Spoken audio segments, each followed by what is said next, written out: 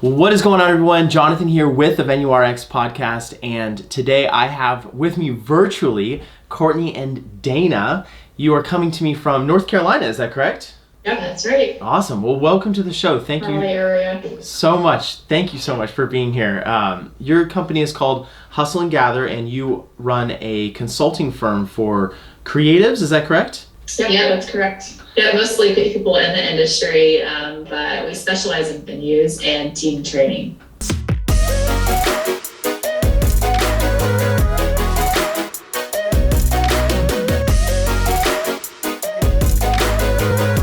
Awesome. Yeah. Awesome. Well, I'm so excited to talk with both of you because those are two topics that I absolutely love, and I know we're going to have a really awesome, purpose-driven conversation today around effective time management, and I think specifically pushing it towards, creative pros. Obviously, there's going to be plenty that can be cross-applied to different businesses, but I would love to hear how you got into this. Like, why the creative industry? Why weddings, events? Why venues? That's a good question. Why venues? Why venues?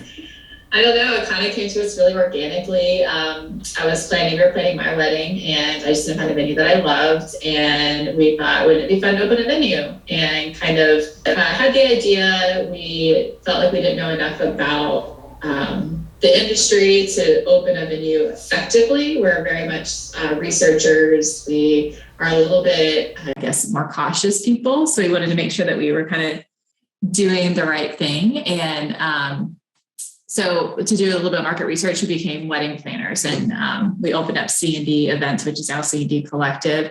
And then about 8 years ago, we purchased land and decided it was time to start building the original dream of the venue, and built the Bradford, and been going strong ever since. And that's 2 years ago, we started our consulting firm. So very, very long story, very truncated version. Mm-hmm. No, a lot of years into there. So even the 2 words. Yeah. So we've been in the industry for about 16 years, but I think, sorry. No, it's perfect. I was going to say, we'll continue on with what you were saying in a second, but have you always done it together? Yeah. Yes. Mm-hmm. Yeah. I always joke that she dragged me along. I was probably not as, excited about it. She convinced me to be, but I think really we were both teachers. We both love people. I think really to be in the hospitality industry, you kind of have to have that kind of servant attitude. And that's definitely, how we were raised, and we love just being a part of people's life for even a short period of time, being able to be a place that someone that helps, navigate a really exciting, but also a very hard and stressful time in someone's life. So absolutely. Kind of always stick around. Yeah. No, do you feel like there are things that you took from your experience as teachers that you brought into your business and maybe even teach your clients now? Sure. I mean, teaching is nothing but people management skills and irrational people management skills, high emotion, and it translates well to clients who are getting married. Be highly emotional. Mm-hmm. Sometimes things are a little more emotional than rational.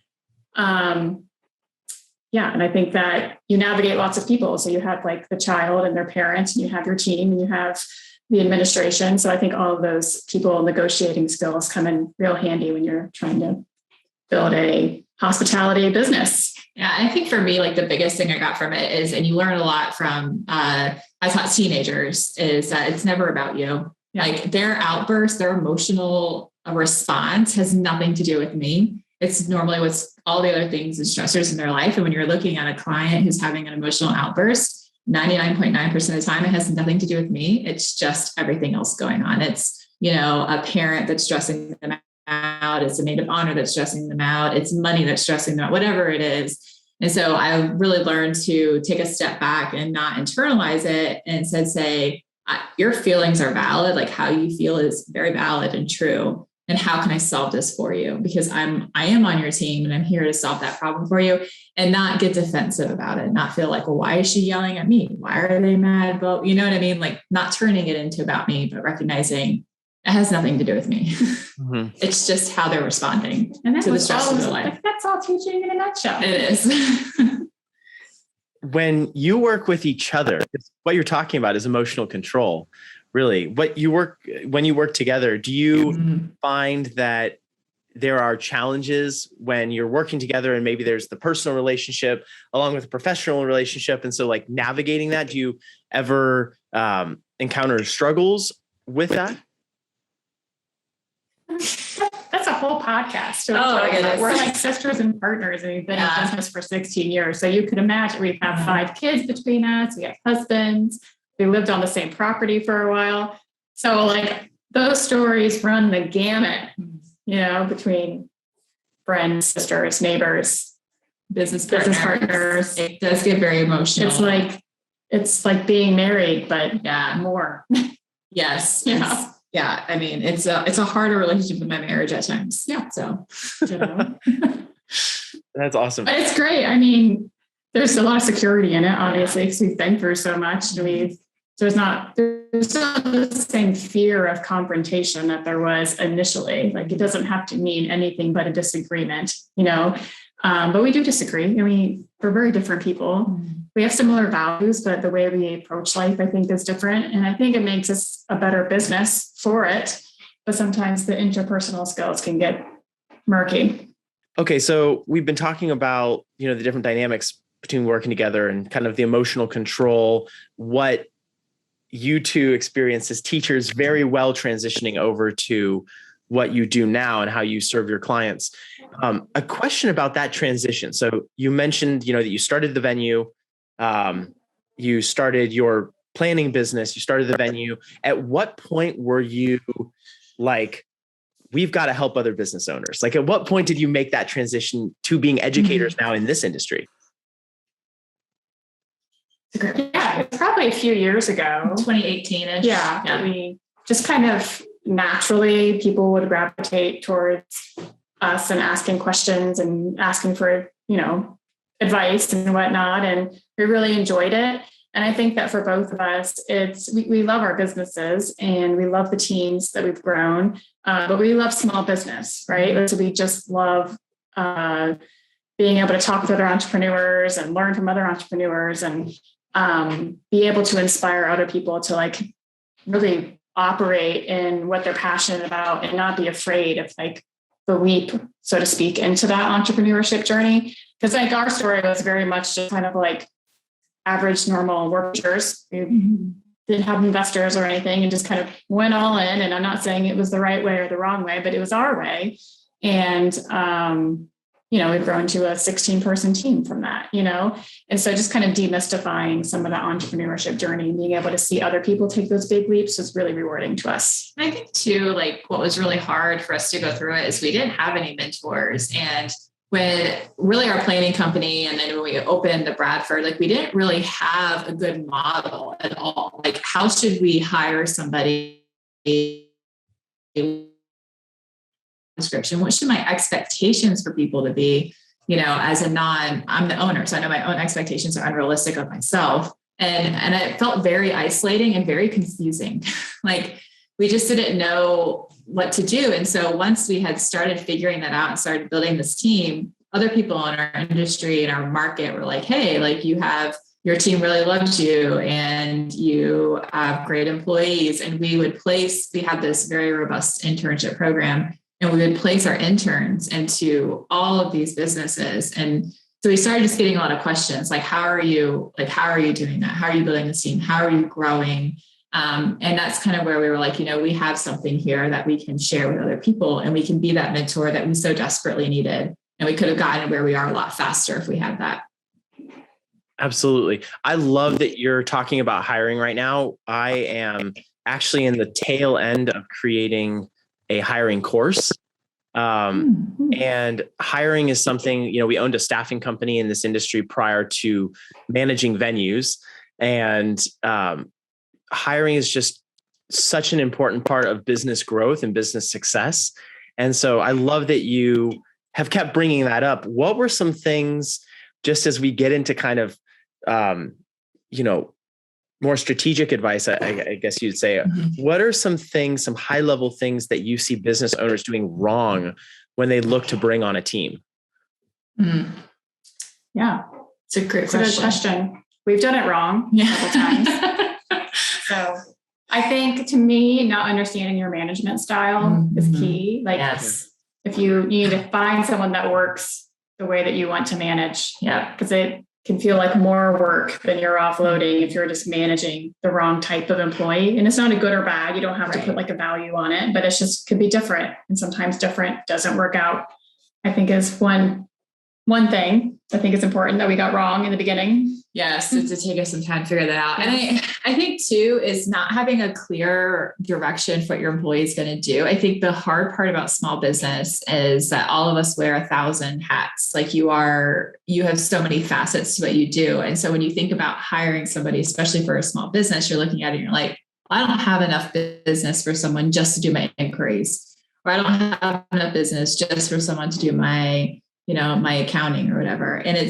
And so you were like, I recognize I need help, but not understanding, like not figuring out what is the things that you can take off your plate that are actually going to benefit you, not just things you don't like to do, but things that are not worth your time and not worth your energy and your effort. And you're losing that time when you could be selling your business more. You could be putting more marketing into it or whatever you need to do, whether it's networking, making those connections to get your business out there.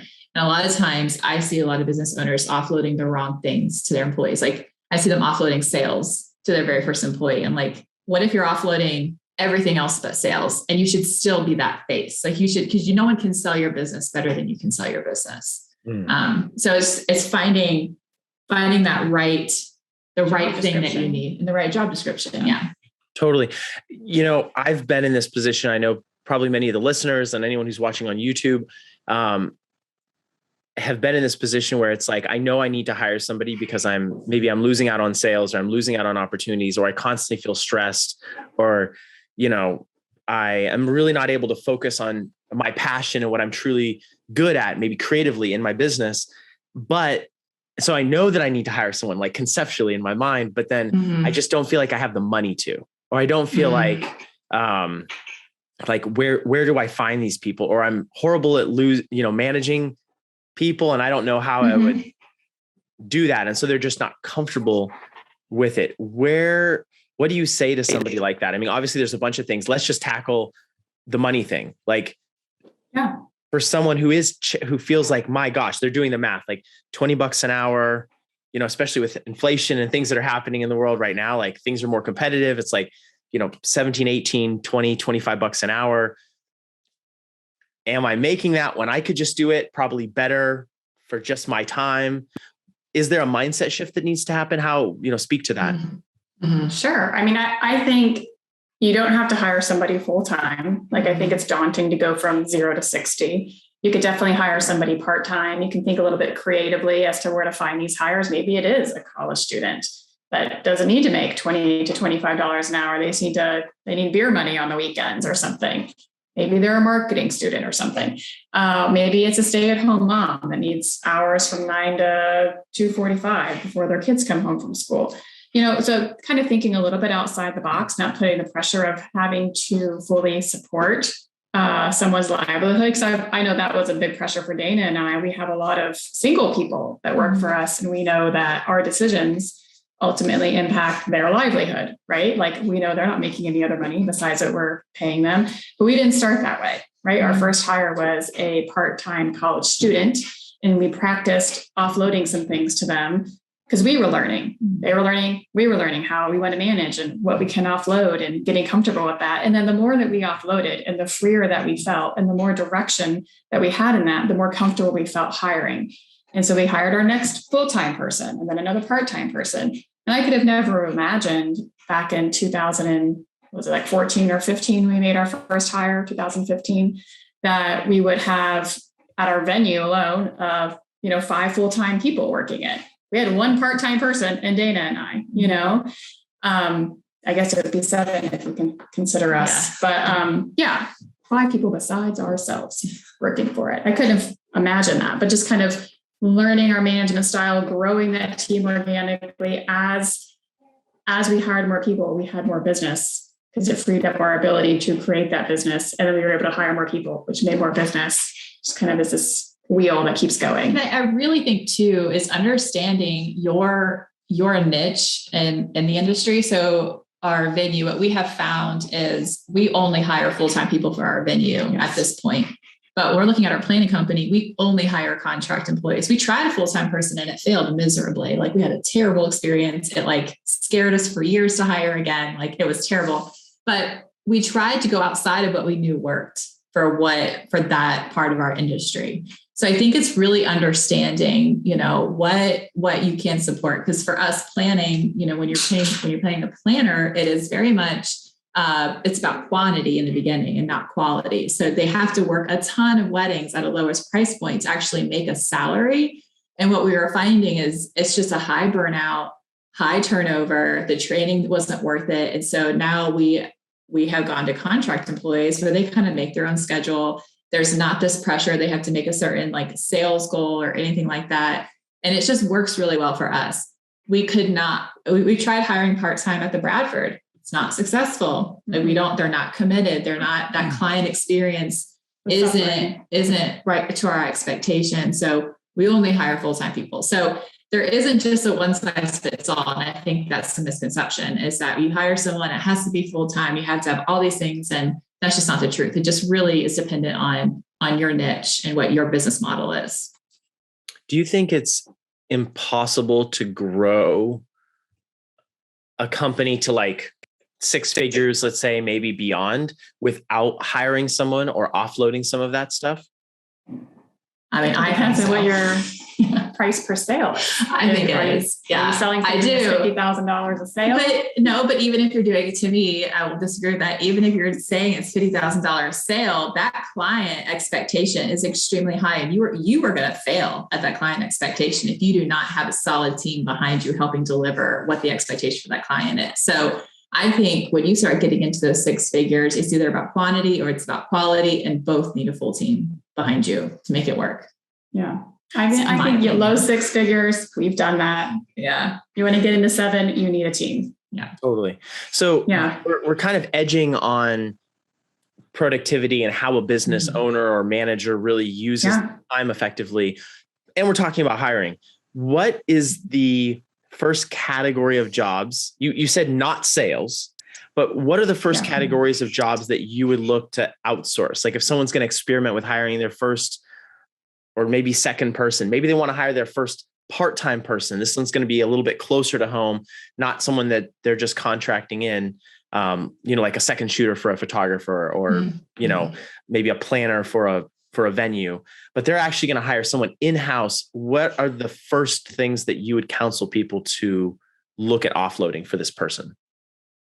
I'd say not the client-facing things. So I would start with office management, like accounting, invoicing, client experience, like all of the scheduling, all the background stuff that goes into allowing you to do what it is that you do creatively, I think is a super good first hire. Yeah. Like getting those, like just the logistics, like making sure you file your sales tax every month on the 23rd, it's like, which is annoying and it doesn't take a lot of time, but like just getting it off your mental plate is huge. Like, if you're a florist and you have cars and vehicles that you are through your business, making sure that registration, insurance, all that stuff is paid on time, like all those little tiny things that just take up space on your mental plate. And then definitely like the day-to-day admin, like that was when I felt the most free. That's when I was like, I can sleep at night. I can sleep a solid, and go to bed and feel rested because I'm not worried about all these other things, because there's so many little things that you have to remember. And I knew that when I trusted that admin person, that I just felt 1,000 times freer. And I think there's a misconception with people who hire admins or people to do kind of their financing. They don't necessarily manage the cash flow. They don't decide what direction financially your business is going to go in. You still have control over that, but you're not spending the time that you could be, I don't know what your hours are worth. Is it worth 60, 70, I mean, when we consult, our hours are worth $200 to $300 an hour, right? When I could be spending $20 an hour on someone inputting things into QuickBooks and making sure that my accounts balance and making sure that like I have a good picture at the end of the month. If I need to make a big decision, where's my profit and loss this year? What am I showing to the bank? It's all right there and ready. I can just pull up a sheet, hand it to them, and I didn't spend any time on it. So I think that it doesn't necessarily have to mean that they're like spending your money. Some people have a little like weird control thing over that, but it's basically data entry, you know? Totally. How much of your ability to get great employees, right? And even attract consistently people, it sounds like, you mentioned the intern program, and whether it's at the Bradford or your planning company or any of these things, how much of it is you, who the both of you are, Courtney and Dana? Like, is that is there some secret sauce there that actually helps attract people? Or is it just because you're able to put out enough job postings and bulletins and get the visibility to attract those people? Who wouldn't want to work for us? That's a really good question.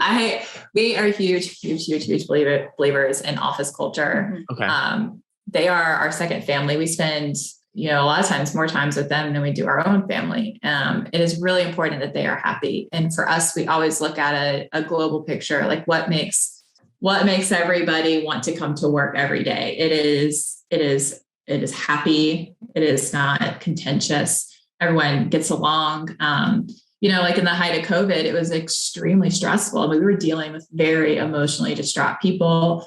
We were very angry people. And we had to go into these conversations and be calm. We're getting yelled at, we're getting sworn at, we're getting all these things. And so we're like, all right, for every conversation, we have office tequila. We're all taking a shot. We're going to calm down, and we're going to get through this together, Stuff. Office tequila. And it's still there. I mean, we're literally having a hard client. We're like, who needs some office tequila before we walk into this? It's being, I think, understanding that too, that we're not rigid. It's really important to us that they understand that we have their back. Like we're not going to just throw them to the wolves and say, oh, I'm paying X amount of money, therefore I'm going to disappear. I'm not going to be around. Like we're going to help clean up the open house. We're going to pitch in when we need to pitch in. We're going to do what we need to do to make sure that they feel supported. And at the end of the day, like our employees, there's a certain part of our business where the buck stops with them. So like if my venue director comes to me and says, I hate that our sales director sells this aspect because I hate doing it. I hate executing it. It stresses me out. I feel like it's not done well. Then she has the autonomy to tell our sales director and say, hey, you can't sell this way, because she's the one executing it. She's the one that has to like actually enforce that policy and that rule. And there is something about giving them that ownership that they feel so invested into it. Like they feel personally slighted when someone has a bad word to say about the Bradford, like more than we do, because they're so invested in it. And I think really giving your employees that ownership of it is really important to us as well. We just are not micromanagers. Like we're like, here's the project, here's the scope. It's impossible. Like we had over 110 weddings, and some of those weddings were 3-day events at the Bradford this year. We had like 90 something with the collective. Plus we're doing our hustle and gather stuff. Like it's impossible for us to micromanage and have our hand into everything that is being done around us.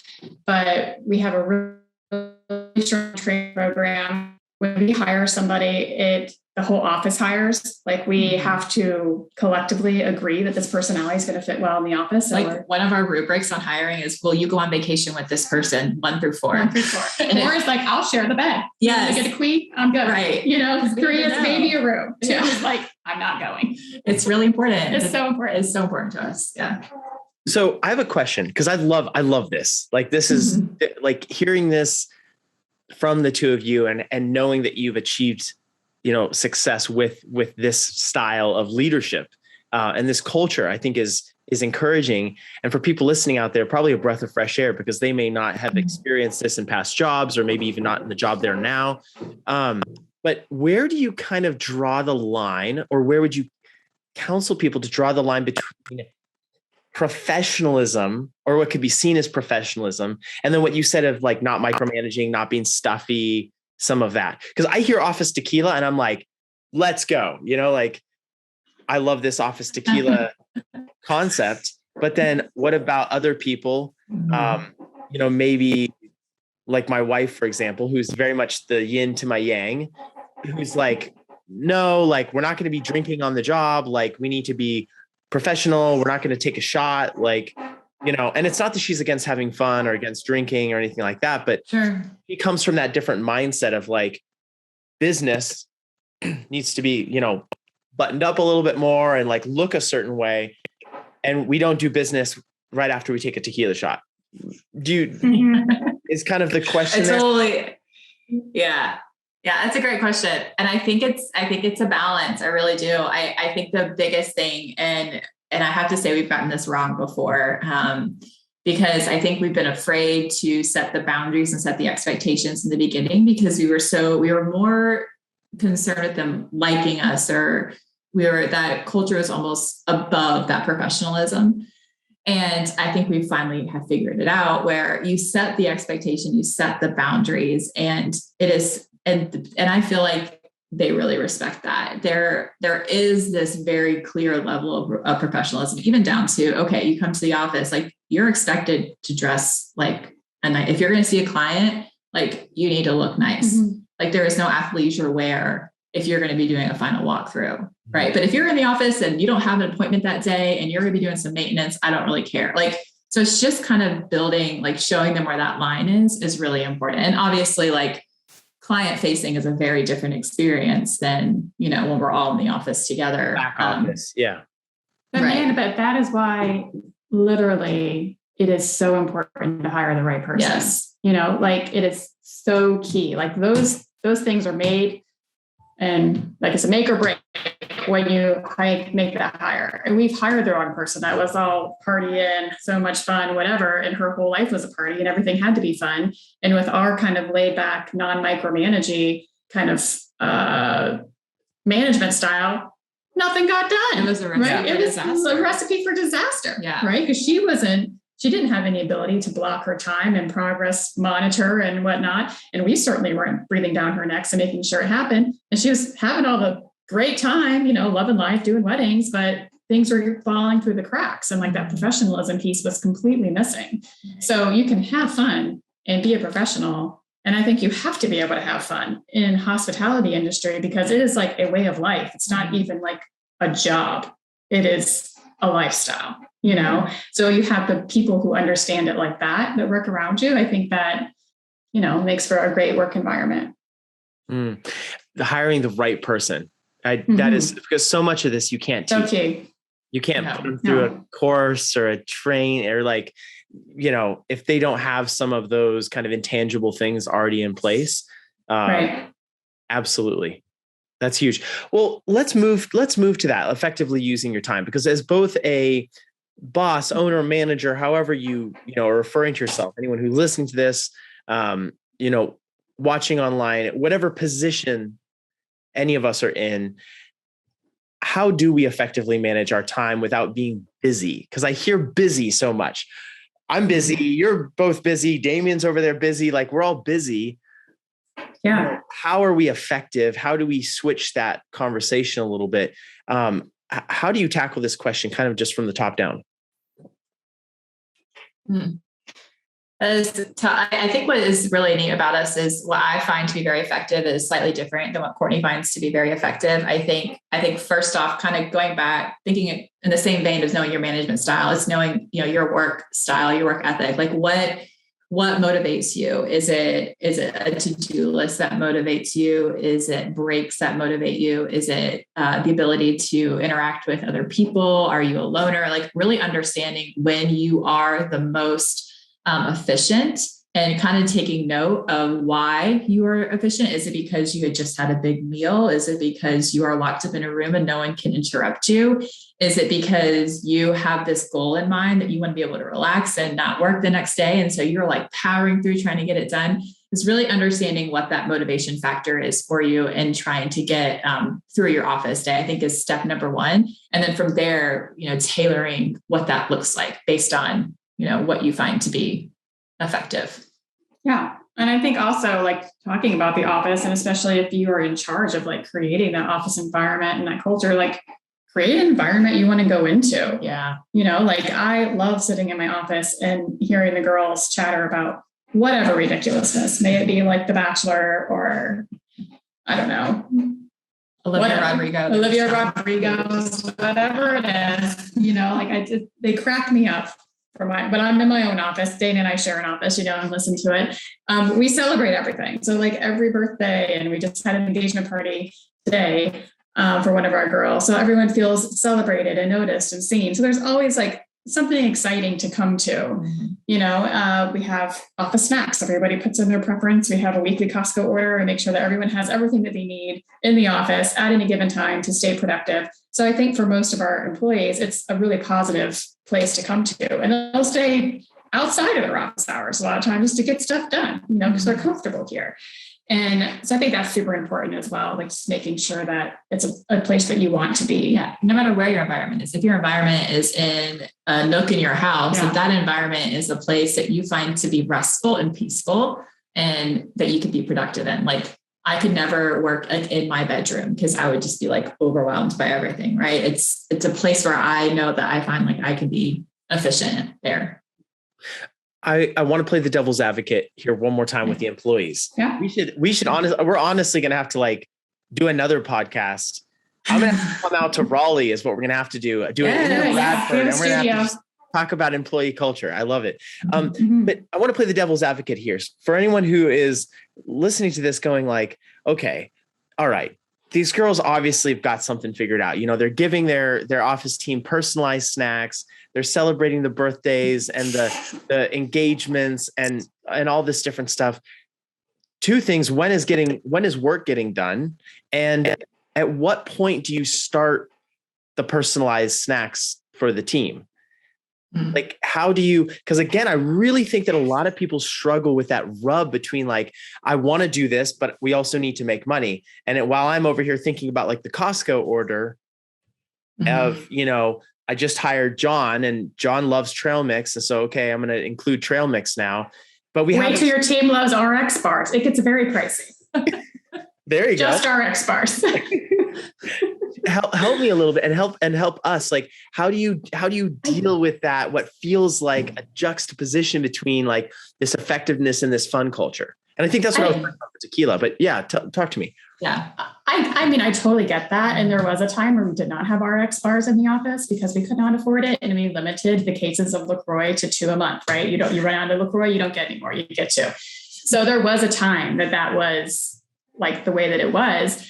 But I can't stress this enough. You have a happy team. You have retention. You're not constantly reinventing the wheel, bringing someone on, onboarding, training. I mean, we have a planner that's been with us for like 13 or 14 years. The planner that's been with us, second to that, has been with us for like 11 years. Our marketing manager started as an intern with us 5 years ago. Mind you, the Bradford started 7 years ago. So she's been with us for a lot of the journey. So we haven't spent a lot of time and money, right? Because it's money to onboard a new employee and to kind of have that turnover. And the Bradford team's bringing in, 7 figures, well over 7 figures. So it doesn't matter to me. I will gladly buy you some RX bars and celebrate your birthday and have office tequila. We will go to Patron next, we're out of 1800, because it doesn't matter. Like they're doing their job. They're killing it. They're happy to be here. I don't have to worry about my client experience. Bradford has a great reputation because my employees are so happy. So it's kismet. Like it works in conjunction. So I don't think that you really have to fight it. You just make it a pleasant environment, make it where people want to stay, make it where people are happy to work, and people will be happy to work for you. And I really think too, the other big key here is that our employees respect us so much. Like they have seen our struggle. They've seen us work. Like we work just as hard as they do. And there is something, it's almost like a parent-kid relationship. Like they are terrified of disappointing us. And so for them, like, yeah, we're going to have the engagement party today. We're going to take that hour and a half and have some mimosas and have a breakfast and celebrate. But it doesn't mean that they're just going to work that much harder to get their work done that day, because they know we're going to go into a meeting tomorrow and there is a list of expectations that should be done and need to be done. And they don't want to disappoint us on that. So there is this, it goes back to that right person. Obviously, it goes back to hiring that person that has the work ethic, that is value driven, that has similar values to what you believe in. And then that also respect you enough that you ensure that they're going to get done no matter how long they have to be in the office, they're going to get their work done. When you talk about hiring the right person, it comes down to, I feel like, some intangibles that may not be found in an HR handbook, right? Mm-hmm. How do you approach some of those conversations, maybe early on with an applicant, to help reveal, are they a culture fit? Does this person mesh with you and your team, without coming out and saying, hey, we're, tend to skew more liberal. We love LaCroix and we love baseball. We're a big baseball. And if you don't like baseball and LaCroix and have more liberal or conservative, that's a strange combo, right? It's a weird combo. But like, how do you not ask weird questions and get this idea of like who this person really is as far as a culture fit goes? Sure. Well, we make sure that everybody's inclusive. We're very inclusive. We are all people are welcome, So that is something we ask right off the bat. Like, how comfortable would you be in this scenario? How comfortable would you be in this scenario? How comfortable would you be in this scenario? We do personality tests. Mm-hmm. So we look at how we do color theory and we do the Enneagram. So we kind of we've had some bad personality matches, and not that that's the make or break, but it can certainly be an indicator of a better pick one over the other. And then when it comes right down to it, like if it's, and I tell people this too, especially when you're making your first hire, don't be afraid to make them jump through some hoops, right? Like put them in some stressful situations, make them shadow you for a day, make them go on a team activity. Like for us, if we're deciding between two people, we'll take them to like a team party. Like we're all out hanging out. Like how well do you jive with the team? How awkward was that? How did that go over? Did they love that person? And we talk about it as a team afterwards. Like who we loved, who we didn't, what was weird, what didn't work. Because again, culture is so important to us. When we made our first hire, we made them do and I don't know if this would fly in today's market, but just to kind of tell you how out of the box you can think, we made them do a 1-month internship. Before we hired, we had 2 people we were looking at. Before we hired the very first full-time person, because it was for the Bradford, we couldn't get it wrong. We had tons of weddings on the books for us at the time. It was nothing now that we look back at it. But we just felt like we couldn't get their hire wrong. And we needed someone who was going to work and fit and be perfect. And we had them come up with a marketing plan and a sales plan and a hospitality plan. It was all written up. They had to do a presentation for us. They had to shadow us on like 2 or 3 events. They had to work one of those events before we made our decision on who to hire. And the person who wants to work for you and be a part of your environment bad enough is going to do those things. And they did. And that hire was an amazing hire. I mean, it gave us all the confidence of like, that type of person wants to work for us. Like we must be amazing employers, Yeah. And she went on to go work at another venue. She moved away to Virginia, but ended up working at the winery. Pippin Hill Winery. Right. So they picked her up as a venue salesperson. But anyway, I think not being afraid to think a little bit out of the box and unconventionally, put them in uncomfortable situations, see how they act and see if they fit for you. I love the direction that this conversation has taken. I was thinking, that we'd go into really effective like time management strategies, but really we're talking about something that's almost more important than that, which is making good decisions with your personnel. Because if you can hire great people and actually let's just go through that. So I'm hearing a couple things. Let me just make sure I'm getting this right. Hire the right person, put them in an environment led by the leadership, whoever that is. In this case, the 2 of you who, that cultivates that culture, and then keep them accountable, but also have fun, an element of fun. Am I hearing that right? Yeah. Sure. Yeah. I mean, we have sales goals for the Bradford. And we set it typically at the beginning, normally in December. We say, this is what our goal for the next year is. And, the girls all have some form of commission based on things, right? And our salesperson was like, I'm going to blow this sales out of the water. We're like, okay. We're like, whatever. Sure. Sure enough, I mean, she like $150,000 over what our sales, $200,000 over what our sales goal is. And so we were like, I mean, and it's not just her who's selling it. It's also our event director who is creating this warm environment, hospitality. So our reviews are great. We're getting referrals left and right. Our marketing is doing amazing. And we're like, you know what? This needs to be celebrated. So like in 10 days, we're taking the whole team to the Bahamas to go to Engage conference. Oh yeah. And yeah. And, and everyone's like, I can't believe you're doing that. I'm like, well, I mean, they made us all this extra money. Like I want to give it back to them, and there is something about like, they're working, they have worked so hard, and 2021 has not been an easy year. I mean, they have done things outside of their job description. They've done more than what was really expected of them.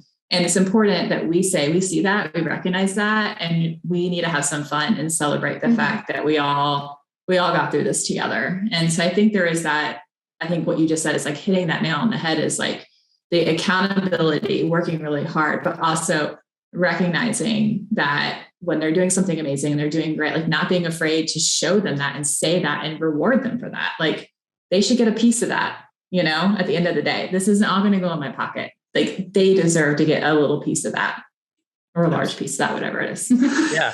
No, well, a trip to the Bahamas. I mean, that's a pretty good piece. And I mean, I'm thinking about coming to work for you. Yeah. Earmuffs, Damien. We haven't gone on any Bahamas vacation yet. So, well, you need to talk to your boss. I do. I got to, my wife's in the next room over. Yeah. But that's awesome. Courtney and Dana, I really think that your perspective is very refreshing, because Thanks. I think that a lot of business leaders lead or guide their teams based on fear. And it's like they're running away from things, like running away from problems instead of running towards solutions, I guess. And it seems really cool, just from the time that we've had here talking together, that you are leading. Sure, there may be fears that you have, but you're leading towards something that you want your team to accomplish, a goal. And it seems like people really respond well to that. Yeah. I really think too, like if one of the biggest pieces of advice we give to people when we're training leaders and managers is transparency. There are things that we keep close to the chest. Like that is the truth, but we are extremely transparent. Like when COVID hit, this was like, we were in the middle of we were about to finish our renovation. We were adding a ballroom, and this was January before COVID. I remember it was like the third employee came to me asking for a raise, and I finally sat everybody down and I was like, y'all, we've got to get through this. We just took out $1 million loan. I can talk about a raise in April when this thing opens up. Like I cannot have that conversation right now because we are literally bleeding money. I see you. I see that you've been working hard. I respect that. And it is in the cards, but it cannot happen for at least 90 more days. Well, then COVID hit, right? Like obviously was not expected. And so now it was like, hey, we are just trying to save your jobs at this point. Like, I know we talked about raises, but obviously like this is the world we're in. This is what we're committing to do. This is how we're moving things around. This is what we're going to try to do to ensure your job. And we were just really honest. Like we just laid it all out on the table and let them know where we were. And I think that has been something, I think it kind of goes back to, they really respect us for just being truthful and saying like, this is where we are. And understanding that we're not up here. Like we're not trying to hide anything. We're not trying to like take more than, anything else. It's just, this is what it is. And I think people really resonate with that a lot. I love that. Well, Courtney and Dana, thank you so much for coming on the show today. I feel like it's pretty inevitable that we're going to have to do another show because there's so many different things. Like, we're talking about hiring. Obviously there's project management. I've got questions to ask you though about your venue, about like, there's a whole story there. I'm sure that you could tell about how that whole it's a great one. So Mhm. we could definitely get into that. But for anyone who is interested into digging more into your story, Hustle and Gather, podcast, anything to do with you, where should people head? Where should they start? Sure. Yeah. They could do Instagram at Hustle and Gather. We also, our website's www.hustleandgather.com. So and it's all kind of connected. So we're all connect together. So you can find the Bradford, you can find C&D Collective, but the Hustle and Gather has talks. You can get directly to the podcast. If you're interested in venue consulting, that's our jam. We love to do it. Really help business venues that are struggling or trying to figure out how to be more effective, how to be more efficient, how to raise their profits, how to make a great team, and then also coming in to places, not just venues, but like really any business and who has a team and is really maybe struggling with that company culture, struggling with how to divvy up jobs. Like we do a bunch of team training as well. Awesome. I love that. Well, thank you so much for coming on the show. And we'll definitely have to connect soon. For anyone who has been watching online or is listening on the podcast, definitely have to follow both Dana and Courtney at Hustle and Gather. And yeah, we'll see you both very soon. We'll have to do a follow-up. Yes, definitely. Thank you. All right. Thank you.